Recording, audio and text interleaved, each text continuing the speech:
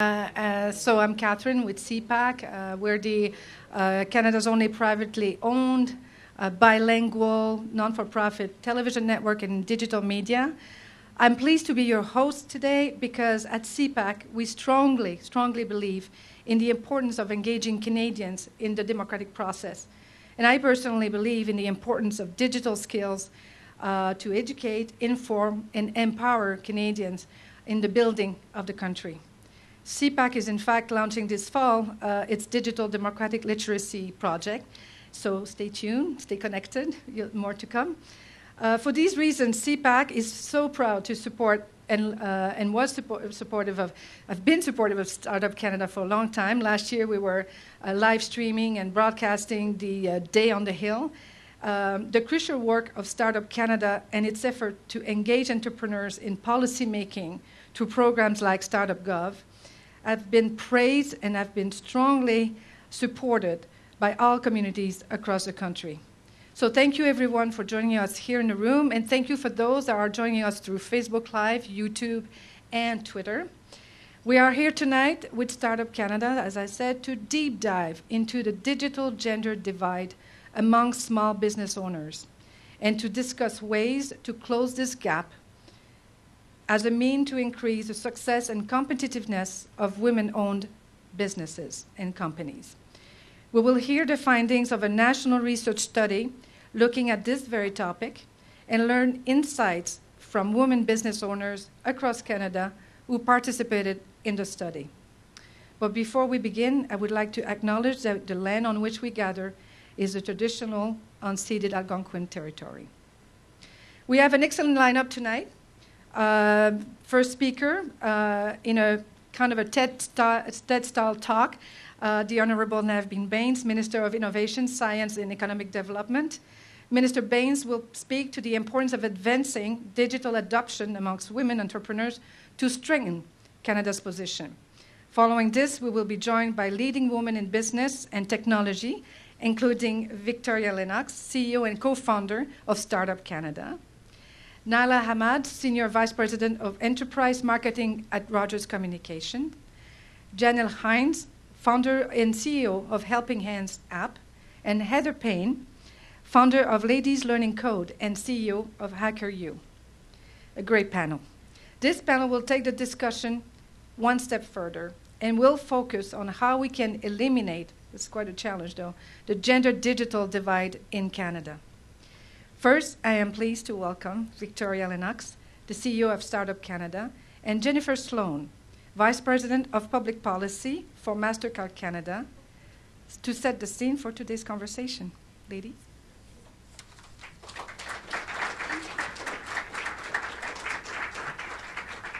Good evening, everyone. Good evening, good evening. My name is Victoria Lennox. I'm the co-founder and CEO of Startup Canada, the national rallying community and voice for Canada's 2.3 million entrepreneurs. In 5 years, we've grown to represent more than 150,000 entrepreneurs across Canada and work with more than 400 industry partners and are poised to grow to support entrepreneurs in more than 100 cities and towns across the country. We work together with the private sector, government, and the entrepreneurship ecosystem to build an innovative and entrepreneurial Canada, wherein every Canadian knows that they can start up, operate, and scale an awesome business here in the country. We are very pleased to host key industry partners, including Rogers Communications this evening and MasterCard Canada, as well as government partners, including the Honourable Navdeep Bains. Thank you so much for being here this evening for a discussion that's so critical to domestic and global competitiveness of Canada. Thank you to our special guests, Parliamentary Secretary David Lametti, MP Mark Holland, MP Judy Dabrusin, MP Eva Nassif, MP Julie, oh goodness, thank you, MP Kyle Peterson, MP Pam Damop, and to all of our guests and all of our online viewers, welcome, welcome, welcome to Startup Canada tonight. Tonight's program is proudly presented by Startup Gov, a community of public servants, politicians, entrepreneurs, and innovators collaborating to build an innovative nation. In 2016, Startup Gov engaged more than 500 people, and this year, the program continues to grow as Ottawa becomes increasingly inspired by innovative and entrepreneurial approaches to policy and decision-making, largely inspired by the leadership that we're seeing in the capital and by Minister Bains. This year, we were proud to launch a partnership with MasterCard Canada as the presenting partner of Startup Gov to provide innovative workshops, inspiring talks, and to foster a community of passion, purpose, and policy to build Canada into an innovation nation. We are proud to use this platform of Startup Gov in collaboration with additional partners like Rogers Communications to announce the findings of national reports conducted by Startup Canada. The report that we're releasing tonight, and why we're all here, looks at the gender divide amongst women entrepreneurs as it relates to technology, and steps that we need to take to close that gap to make women entrepreneurs more competitive in global marketplace. So let's look at what we heard.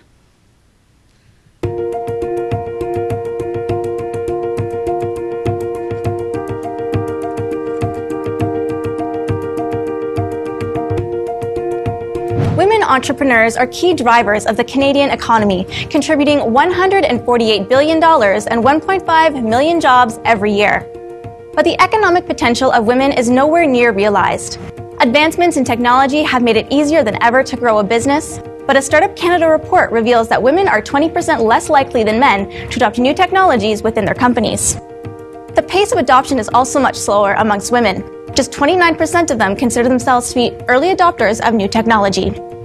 A lack of time, cost of maintenance, privacy concerns, and a low comfort level are among the greatest barriers preventing women entrepreneurs from adopting new technologies. 46% of women also don't know where to go to find information about digital tools for their business. Now, depending on their stage of life, women need flexible and on-demand access to tools and programs, but they also need marketing and user experiences designed with women in mind. If we close this gender divide, we can support women entrepreneurs to be fiercely competitive and catapult Canada's economy to the digital age. Visit startupcan.ca/women digital SBOs to learn about our calls to action to Canada's private sector, government, and small business community to do just that. Also, register for a series of online events that will help set your small business up for success.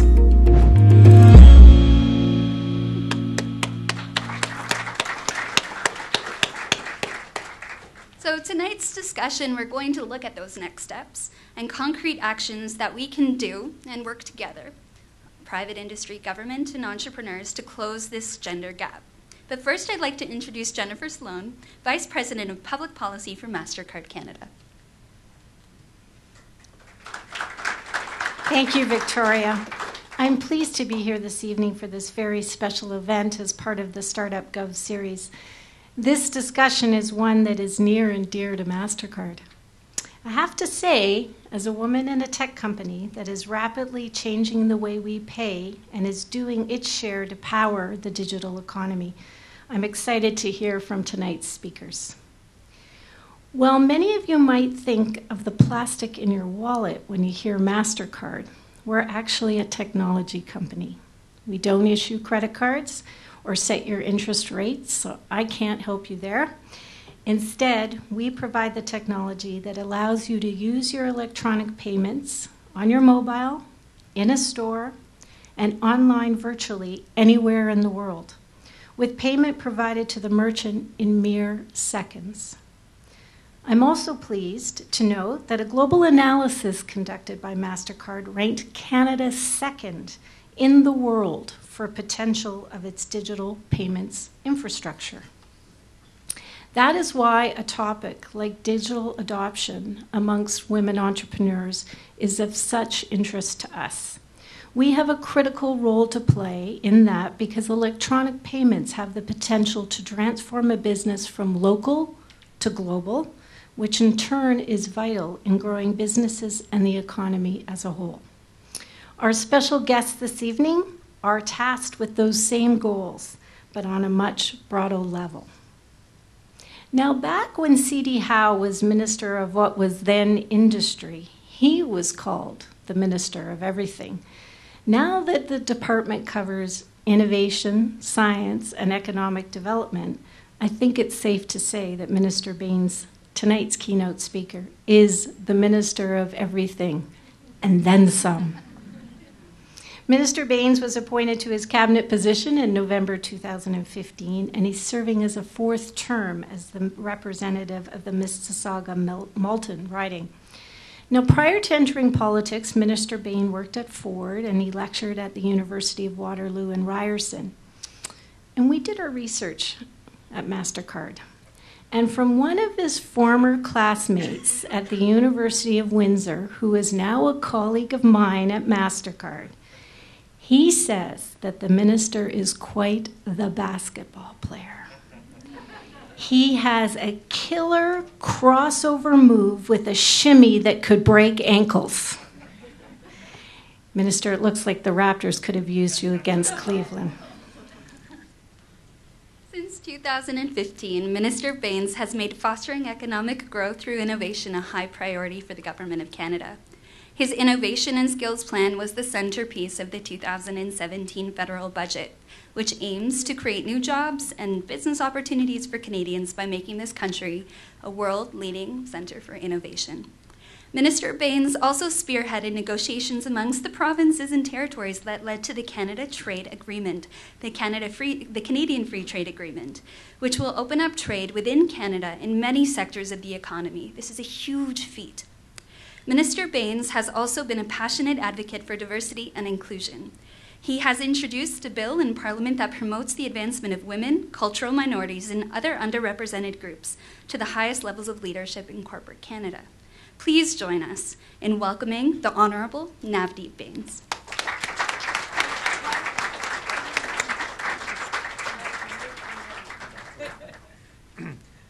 Thank you very, very much for that kind introduction. And I must confess, I did play basketball, but I peaked in grade 12.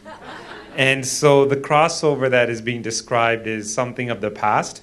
Obviously, the Raptors could have used me, but I suspect back in the day, back in my high school days. But it really is a pleasure to be here. And thank you again for that very kind introduction. And I want to thank Jennifer and Victoria for all their hard work, and particularly Victoria for the work you did in terms of helping us put together our innovation and skills plan that was part of our budget.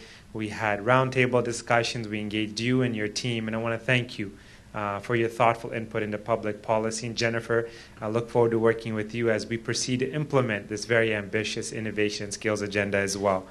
I do want to acknowledge my good friend and colleague, David Lametti, who's the Parliamentary Secretary for Innovation, Science, and Economic Development. So he's really the smart guy.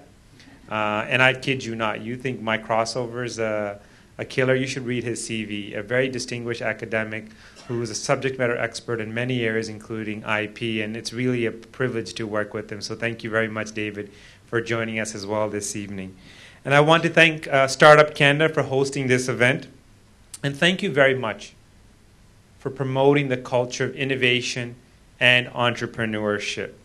Tonight, we celebrate women who start their own businesses, but we also have an opportunity to reflect on the path forward. So I want to do that. I want us to take this opportunity this evening to not only reflect on the past, but also to talk about the kind of future we want to build. Merci à Startup Canada d'avoir organisé cette rencontre. Ce soir, nous célébrons les femmes qui ont lancé leur entreprise, mais nous pensons aussi à celles qui le feront demain. So as you know, and this will be the topic of discussion today, there's really a gender gap in technology used by women entrepreneurs. This is a real thing. This is not an academic discussion where we're having to determine a possible future challenge. It is a real and legitimate challenge that we're facing today. Startup Canada has released an important report, and it was mentioned earlier, on the use of technology by women entrepreneurs. And this report really highlights a gender gap in technology use. And that puts women entrepreneurs at a competitive disadvantage. And this finding is significant and incredibly relevant. And it's relevant because the global economy now is a digital economy. When I'm out there and engaging with people, I no longer say just the economy. It's the digital economy. It's technology allows companies to source their talent, goods and services from anywhere in the world. This is really the power of technology. And technology also allows businesses of all sizes, and this was the point made earlier as well, to really achieve global scale in a flash. So the scope and speed now is being accelerated because of the digital era that we live in and the digital technology. That means technology has the potential to be a true equalizer. It can enable women who run their own businesses to succeed and grow at the same rate, and if not better, than their male counterparts. In a household of 4, women and girls make up 3/4 of my family. So I speak as a father of 2 girls who are 6 and 9, and I've said this often, and it's so true. One is an angel. My 9-year-old is like perfect. She's so amazing, so thoughtful, so nice. And the 6-year-old, well, I'll let you come to your own conclusion, but the exact opposite. But like all parents, my wife and I work hard to make sure that our girls have every opportunity to succeed. And my wife is a strong role model for our girls. She's an accountant, just like me, only she's better. She's really, really better. Much, much better.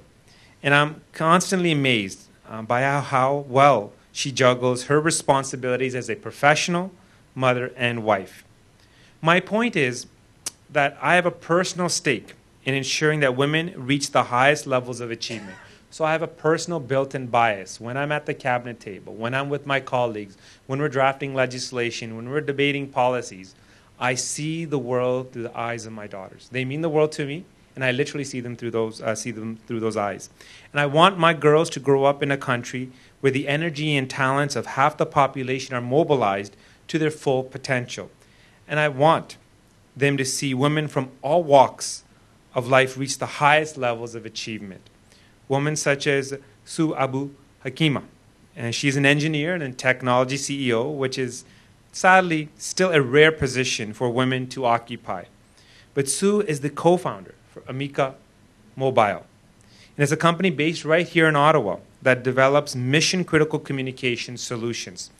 And Sue is a mentor to young women. She's also an experienced and respected leader who has served on corporate boards for nearly 3 decades. And she has pushed for more women to join the boardroom. And of course, this is such an important priority for myself and our government. The same is true of Mary Jo Haddad. She sits on the boards of TD and TELUS. And Mary Jo previously chaired the board of Mars Discovery District, which is Toronto's innovation hub. And before that, she helped and she held senior positions and the top job at Sick Kids Hospital in Toronto. So Canada benefits when more women reach the highest levels of achievement because an open society that values diversity of ideas and perspectives is good for the bottom line. It's not simply just the right thing to do, but it genuinely is good for the bottom line. And study after study demonstrate that outcome. And it's also good for innovation, which is Canada's path to economic growth, because we need to really promote curiosity. We need to promote creativity. And that's what innovation is all about. Le Canada a tout à gagner de la réussite des femmes. Les entreprises prospèrent dans une société ouverte, dans une société où la diversité des idées et des points de vue. La réussite des femmes stimule aussi l'innovation. Et c'est la voie de la croissance économique pour le Canada. And that's why, as mentioned in the opening remarks, I've introduced Bill C-25. This legislation is designed to encourage Canada's publicly traded companies to recruit more women and other represented groups to their corporate boards and senior management ranks. Too many Canadian companies have executive leadership that does not look like and does not reflect Canada. And yet, a growing body of research shows that businesses benefit from better performance and stronger balance sheets when they have senior leaders with a wide range of perspectives. So that's what we mean by diversity of thought and diversity of perspectives. It genuinely also, helps the bottom line. So, ladies and gentlemen, I know 2 girls with big dreams. They are part of the iPad generation. That means they have an insatiable appetite for technology. And as their father, I want my girls to grow up and follow the footsteps of Mary Jo and Sue. I also want them to become leaders in the digital economy, just like the women in this room. and I stand, and our government stands ready to do our part and to play our part to make that happen. Thank you very much. Merci beaucoup. And I do apologize. I have to head out. We have votes in about 5 minutes. My team is giving me dirty looks. But thank you very much. I look forward to working with you going forward.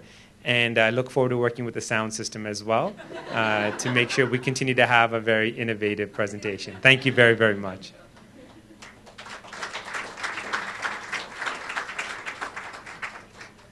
Thank you very much, Minister. Thoughtful ideas and important matter, crucial matter for all of us, as this is a serious challenge. So to understand more, what are we talking about, why this is happening, and how can we fix it, I'm going to invite our panel right away. So Victoria Lennox, CEO and co-founder of Startup Canada, please join me. Naila Hamad, Senior Vice President of Enterprise Marketing at Rogers Canada. Janelle Hines, founder and CEO of Helping Hands app, and Heather Payne, founder of Ladies Learning Code and CEO of HackerU. So thank you for joining me. I'm going to have to take this, and hopefully following me. Okay, so the first question, I think the first thing we need to probably share. Actually, the first thing we need to do is to congratulate Catherine, who was just named the Innovator of the Year for WCT. So congratulations, Catherine. Thank you. I'm supposed to be controlling this, right? Yeah. But it's been really thrilling to see how you've transformed CPAC since you took the lead. It's so inspiring as a woman entrepreneur, and seeing how you're transforming it into a digital media company, and engaging Canadians in the democratic process. So I think let's get on with the solutions. You're solving a lot of the challenges. So thanks for being our Innovator of the Year. Oh, thank you. I think we're all part of the solution. So I agree that I share some of the responsibility as a businesswoman. So Victoria, your team has actually done this study. So what we'd like to know is, what are the highlights? What do we need to understand? What is the real state of this divide? Well, you heard some of the findings in the video, and hopefully you'll all go home and download the report or pick up a hard copy as well. But what's most interesting when I was reviewing the results, what's interesting to consider is the ways in which women are approaching technology and how they use information to actually adopt technology. So how we communicate technology and how we communicate solutions to women ultimately will have an impact on their propensity to adopt the technology. And so what we found is that women are 40% less likely than other male-owned businesses to consider themselves to be early adopters. They want to know more, they want to learn more, they want to give it more time before they actually adopt the technology. They want more information. And sometimes they're choosing not to do it because the technology wasn't designed with a gendered lens. It was designed by a man, intended for what they perceive the end user to be. And so if women are constructing the technologies that they're consuming, then ultimately there's a bit of a divide in terms of the types of products and services that we're ultimately constructing. So I found that really interesting, and especially in working at Startup Canada and working with women entrepreneurs, seeing if women aren't creating the technologies that they're consuming, then we can actually be a leading nation in developing consumable technologies for women of the world if women are part of actually developing these technologies. What we also found, and Heather, you might find this interesting, is that women are largely self-taught. And so they have a high interest in attending workshops, though, and community initiatives, but they're not doing it. But they said that if there were more gendered considerations when developing these types of programs, they'd be more likely to adopt them. They want programs by women for women so that they feel more comfortable. So it's all very interesting, these findings, and I think they lead us to some really interesting conclusions as to what we can do. But those were what really stood out to me. Just a quick question. Is that different? Are we going in the right direction? I mean, was it worse a few years ago? Or are we kind of like plateauing, or the direction is not, it's too slow? Well, it's quite anecdotal because at the same time, I don't know if if your teams have been collecting data on this, but this is the first study that we've done on women in digital adoption, so we don't have longitudinal performance. But Startup Canada has been operating for the last 5 years, and we are seeing more and more uptake of women in Startup Canada's community. So when we started Startup Canada, 30% of our community was women, and now we're up to 44%. So we're seeing women more involved in the startup community and showing up more. And as you see, they're starting half of the companies in Canada, but they're not growing to the scale of male-owned companies. But it'd be interesting to see if it isn't just that they're not adopting technologies, but they're doing it differently and why they're doing it. Mm-hmm. Well, that's a good point. So, Heather, you're a teacher, you're a mentor, you've been in that space for a long time.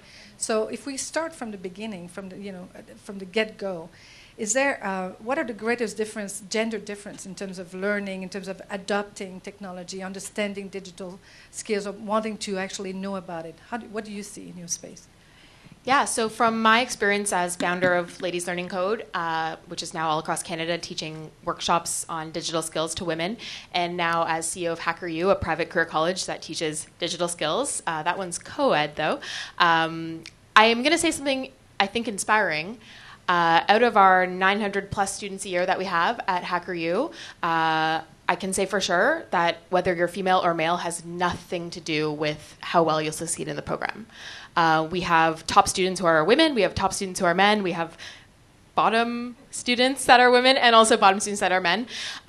So I think it's a testament to what the study found as well, that the environment and the culture matters a lot. HackerU is a private career college with a female CEO. Our team of staff, including the developers and instructors, are men and women, balanced 50-50. And we also have a lot of different racial diversity on our team at HackerU as well. And now when you look at our alumni page, there's a big long page you can look at and see faces of every single HackerU alumni. You are going to see somebody who looks like you when you look at that page.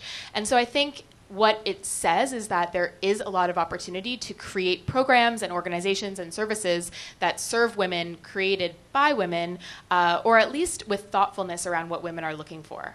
Because there's no difference in how well they can do when exposed in the right way. We just need to get that exposure up overall. Okay, and Janelle, you have some expertise or experience in that, talking about exposure. Yeah, so I would say I'm actually really happy to meet Heather. So I went to McMaster University and I started my school's campus hackathon community and hacker culture, where we actually started doing our own workshops. And I have way more women than men ever reach out and say, beyond my schooling, I want to learn more. I have people reach out who are in the humanities, and I always recommend them to go Ladies Learning Code. And one thing I realized, I think, in the gender difference of education, especially around this, is that it starts from a young age. Women are taught, or young girls are taught, stay inside, play with your toys, where boys are taught, go outside, explore, have this grand adventure. And that affects your education later on, because women are less likely to want to take those risks, to take, I'm going to travel and go and take this course, or I'm going to try this new technology. And I think that if we really want to make an impact on how girls are taking their education, it really starts from a way younger age and encourage them to take adventure and take these risks. Do you think that the word technology is well explained, that we understand what it means? Because it's so different now. It has evolved. It's not just just numbers or coding. It's so different now. Do you think there's a work to be done at that level?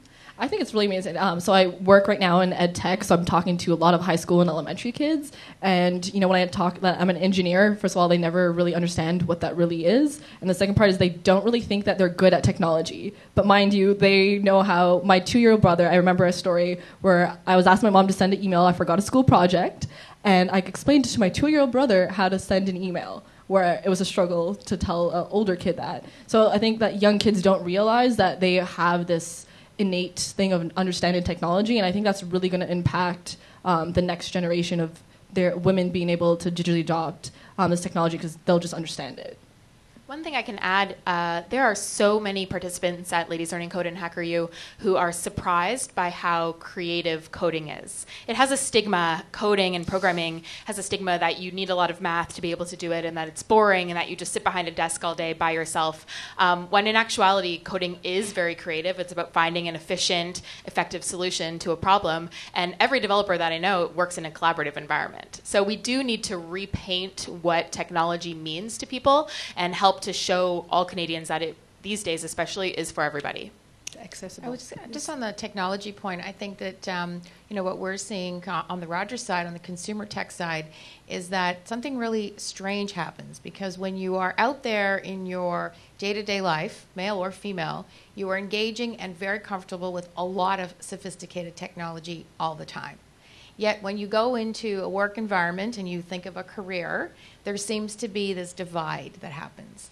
And there are also some technologies that women have embraced much faster than men and are using more effectively than men. I mean, Facebook is an example because it's communication, it's bringing together a lot of people, it's collaborative.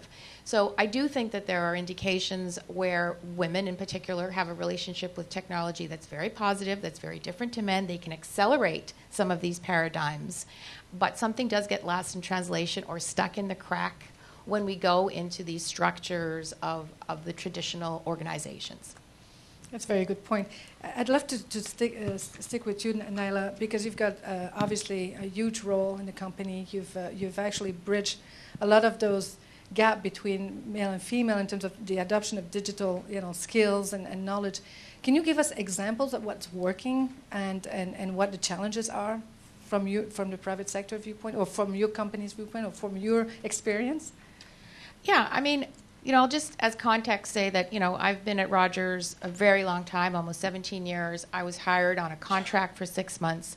And I said to my husband, I'm going to do this job while I find a real job. Because I never thought that Rogers, a big organization like Rogers, would be a place for me. And the reason I'm still there is because of the technology, because of the excitement that has happened around my tenure and the rapid change. But from a private sector perspective, listening to all the remarks to date and the conversation that we've had, I would say that from the private sector perspective, there's really 3 things, that need to happen. The first is we have to thank Startup Canada for actually putting some data behind what I think we already knew. And so the first thing is to acknowledge that there is a gap, and to be able to put a finer point on exactly where the gaps are and what is the impact of closing that gap. I have seen through the emergence of a lot of technologies that not only is it the way that it's positioned or the marketing or the friendliness of the language, but I remember one of the first smartphones that were touchscreen, one manufacturer, the phones kept hanging up in midstream, and it was disclosed to me that the problem was that if the woman was wearing a dangling earring, her earring would actually hit the button on the phone and disconnect the call. We've seen a company that has actually taken form factor in a completely different direction. Apple is a first example of the iPod. Why did it come out in all these beautiful colors? And there's a lot of research on this pink iPod theory. When women started using iPods and started using iTunes, that company started to accelerate. So it's form factor, it's a lot of different things. So the first step, I think, is to really acknowledge and understand what the gap is, and then you have to do something about it. And I do believe that, one of the shifts that needs to be made in the private sector is that some companies like ourselves, we can't really fix it on our own. We have to engage with Startup Canada. We have to support a lot of organizations that are teaching people how to code. And we have to enable this ecosystem. Minister Bain said, we can't do it on our own. And I am seeing more and more private organizations embracing that and engaging and being part of it. And I think the reason is really the third thing, which I feel has to happen, is you have to really look at all of this as a Canada agenda, as an economic agenda, and then your own business agenda, and in that order. Because when we are successful at not only the gender divide, but addressing diversity and innovation as a whole, it will be great for Canada and our economy, and all of the businesses in the private sector will benefit and will adapt. So I think there is a bit of a shift in mindset and in focus and in priorities, one that is very collaborative, and that is really thinking about the whole, not just the parts. And I do see that happening. I see that happening in our own organization and a lot of organizations that I deal with. And you see the difference? I am starting to see the difference. I mean, I think we're in a bit of a funny time where, you know, those of us that have daughters, we see our daughters with a completely different attitude and approach not only to technology but to their own ambitions. And I think for those of us as parents, we have to be very conscious to keep encouraging that. And I do think that there are women, like everyone here, everyone in the room, that are having, you know, more confidence, women and men, more confidence to speak up. You know, I chair the Inclusion and Diversity Council for our organization. I have been part of the Rogers Women's Network and so many things for many, many years before that. But I feel that something has changed. I feel that the agenda is very clear. We have data. We have a new generation of women. We have younger people in the workforce. And I do think that I am more optimistic now for sure and more purposeful. That's good. I want to invite also those who may have a question. That would be great. Anytime you want, just let me know. I'll look around and I'll just raise your hand because I'm sure you have interesting questions too for the panel. You're saying a lot of interesting things, Naila, and I'd like to pick up on all of them. But one is, and Janelle was talking. We were talking just before the event, and she was reminding me that. She's still, you know, people still look at her or say, I did not know women were engineers, or, you know, we feel, and she was talking to me like if I was talking 30 years ago, which was my generation. And I know I don't look it, but still. No, but I mean, that kind of conversation. And I was kind of surprised to hear that it's still true. So I don't want to dwell on that because we got to pass that. But how do we get this engagement? How do we start to actually make a difference that even in your generation you have that kind of a reaction from people? They look at you. You said you were in front of the Status of Women Committee and you said you were treated as an admin assistant, not a founder. That people constantly tell you that you don't look like an engineer. You said that earlier. But that seems surprising, you know, in 2017 that we still have that. So that means that the cultural change has to happen much earlier or much deeper. There's a deeper change needed. So how, and Victoria, you've talked to so many entrepreneurs and startup companies. What would you recommend? What would be the first advice you would give to any woman getting into this field, or anyone, men as well, to actually change that thinking or that reaction or that? Two things, and I'm saying this constantly. So for those of you that know me, find a mentor, and it can be a man or a woman, but find a mentor who sees you and sees beyond you being a woman or a man, and just sees you. But also to tell your story. Everybody's story, everybody in this room has an incredible story, a story that we should have documentaries made of every person in this room. So tell your story because that will inspire, and tell it often and always, and share your lessons and your learnings. And that helps to transform culture one by one.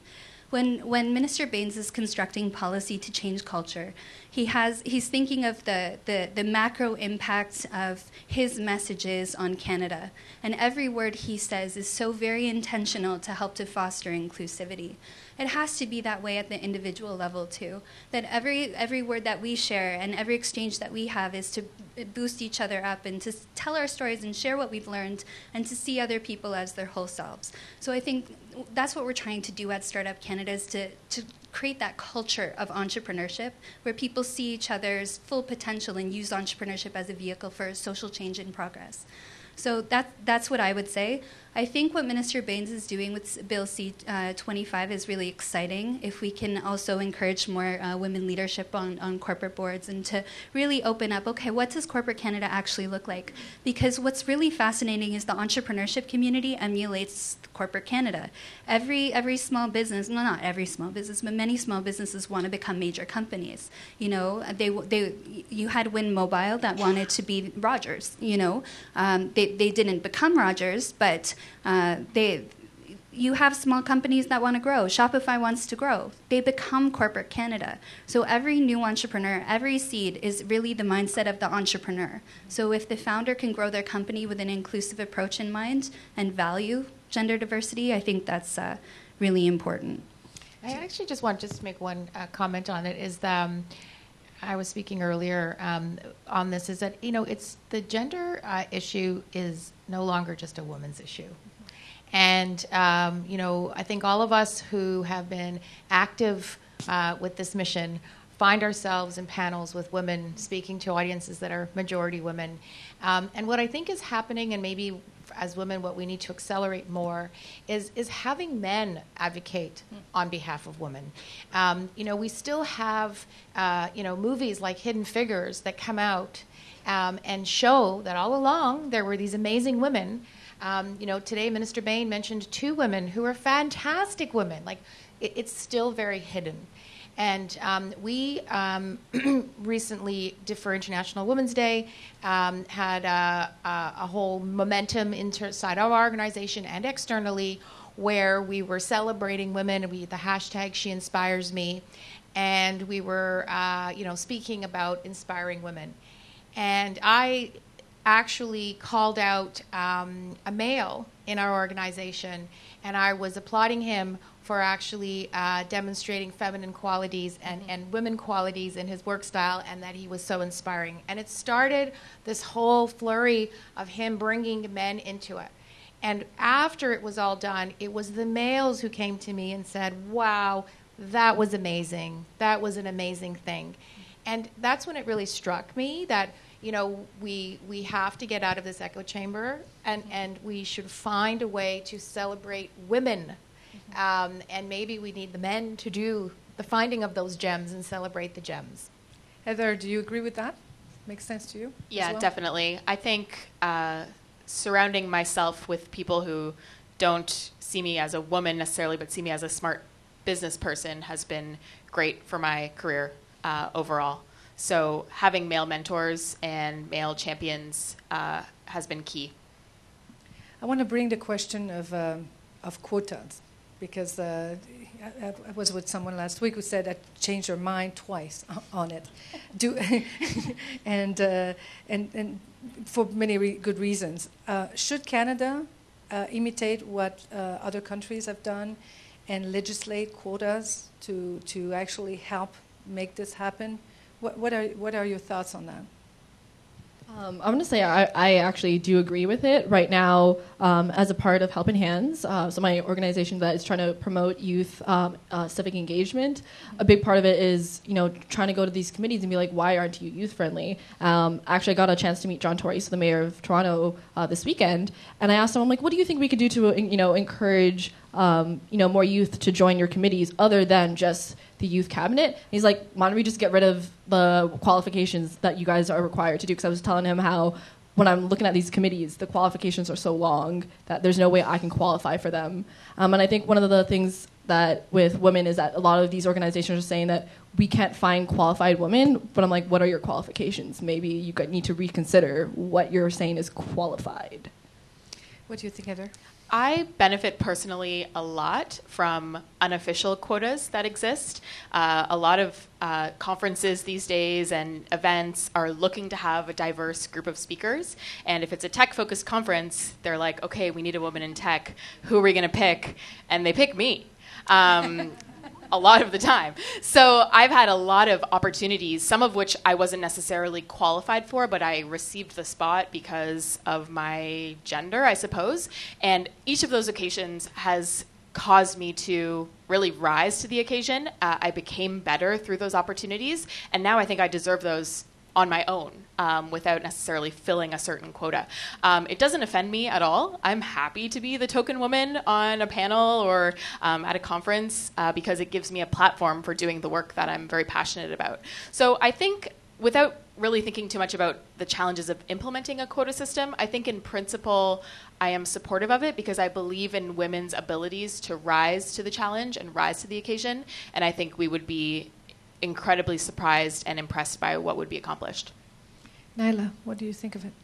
So I think that, it depends. So I absolutely agree that, women need to be given opportunities to be looked at and appreciated for the value that they bring. And if If there are those opportunities are not available, then anything those opens those doors. If it's informal quotas, just the awareness of saying we want a diverse panel, not because there's a law, but because it's going to create a more well-rounded discussion on the panel. I think that when it relates to board positions or executive leadership positions, particularly in large corporations, I think that what we've been talking about today is that sometimes that is a symptom of a larger issue. And if it's a cultural issue, I wouldn't want to be a person in a situation where I'm not comfortable engaging in that situation. And so there's lots of studies to show that if you put one woman on the board is not great as putting two. And if you put three, they can really be effective. And there's lots of documentation around this. And that doesn't have anything to do with the competence of the women. It has more to do with the culture and the environment that they're walking into. And so I think what Minister Baines was saying is really moving towards the solution, which is you need to open our minds about diversity, understanding why it's important. And if you are a sensible business person, you should want to do that because it's good for your business. And so, I don't have an official view on quota, no quota, but I definitely have, through experience, that more diverse teams result in much better outcomes, and that women need support and they need an abrasive cultural environment to be their best. The minister said that we were in a global digital economy and that the contribution of women in business was important. So how do you see quotas and their impact for women in technology? Is that a good thing or would this be a good thing or not? I think a number of countries have already piloted this, like France has piloted it. I think if we look at what other countries have done and look at it in the Canadian lens and see if it makes sense for Canada, to change culture, it's about agency, you and I, us, all of us. It's also about institutional reform because agency creates structures that are reinforcing biases. So quotas can help to destabilize and undo some of the biases that have been built into our current structures and systems. What's cool is, we're not the first one out of the gate, so we can learn and see what other countries have done and apply the Canadian lens to that. Do you also feel that we need more data? Your study, you said, is the first one. What would be, your recommendation moving forward? Year after year, so we follow up the progress and the direction and the reason why this is either happening better or not happening as well. One of my frustrations with studies is that they tend to be one-offs, and so you can't compare the data over time to see if we've actually made an impact, and what's been more effective in making that impact or not, and what intervention mattered. So I would love to see studies like this continue, just now that we have the base mark, and now that we've learned, all of the strengths of the study and the weaknesses of the study, continue to improve it so that the data becomes more rigorous and we can continue to advance our policies. Anything that's data-driven can help us to do our jobs better in supporting entrepreneurs. So hopefully we'll continue over time. Maybe that's an area of collaboration with Yeah. No, I was just going to say that I think with this study, there's lots of data points in there, but one of the relevant ones is that, if you have many female-owned businesses, and they're not growing or generating as much revenue as males. And if one of the reasons is because they're not adopting the technologies that drive efficiency and productivity and cost savings and all of those things, then, we've been talking kind of way up here on the gender issue, but I do think that there is a very identified issue that I think we can practically solve, and we need to solve that. Because if there are any barriers, because of time, because of intimidation, whatever they may be, and they've been clearly identified in the study, I do think that there are ways that we can solve that. And if you solve that, and if female-owned businesses are accelerating and growing revenue at the same pace as men, then maybe we've chipped away at some of the issues, building confidence, building trust, building comfort, and the barrier becomes something of yesterday. I'm encouraged by that. Take the first step, use the data, find some practical action, get together, solve that, and then see how much progress you've made and go to the next one. I don't think we can solve it kind of up here. And what I'm really pleased with the data that has come out of this study is that I think it's very practical insights that we have seen. I have seen this in our own customer base. We have our female-owned small businesses engage with our content more online. They do so in Facebook. It's the kind of content that's in the early discovery phase. They show up more to our small business centers and our Rogers Talk engaging. They like the human touch. So it was very validating.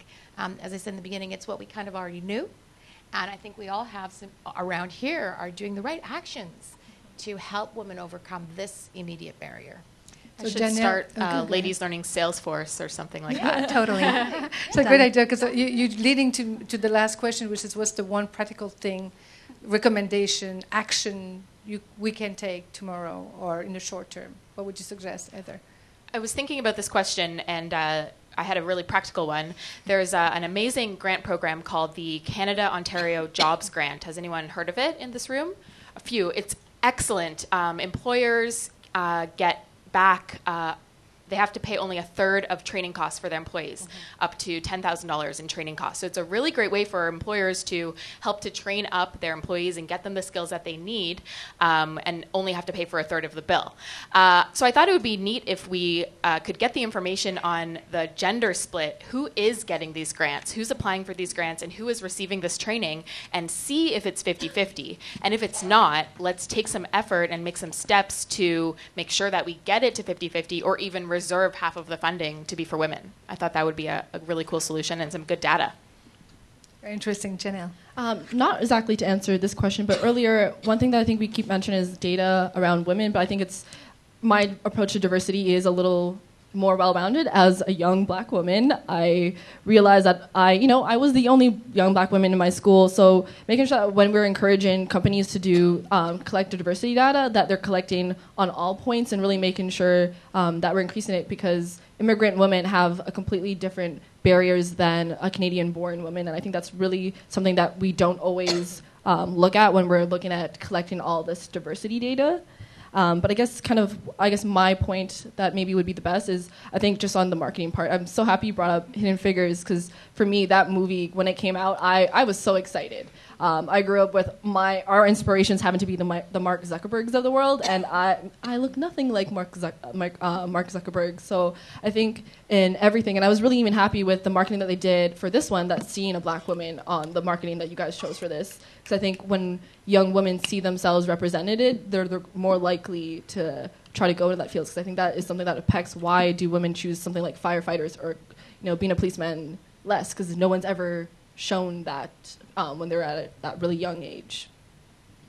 All right, Heather, do you want to add something, another thought on solutions? Something that's could inspire us leaving this room tonight. Yeah, I think that we should take a stab at some reverse mentoring. It would be really good to take some of the young women that who have technical skills and match them up with some of the female business owners that we know, because it will give young women a role model to show that have them engage with women who do own their own businesses. And it could provide women who may be time-starved or intimidated by tech with someone who can help them figure it out in a very safe way. Victoria, you have the last word. Oh, the last word, goodness. I have so many ideas, and the report has lots of recommendations as well. I think, Heather, you should have more than 900 graduates a year. I'd love for you to have 9,000, 90,000 graduates a year. So I think the beauty of research like this is that it gives us an excuse to come together with CPAC and Rogers, with Helping Hands and with Ladies Learning Code, and see how we can all come together to become much more than the sum of our parts to advance this very important agenda. So very concretely, we lend our support and see how we can work with Ladies Learning Code and helping hands to see how we could drive this forward. That's number one.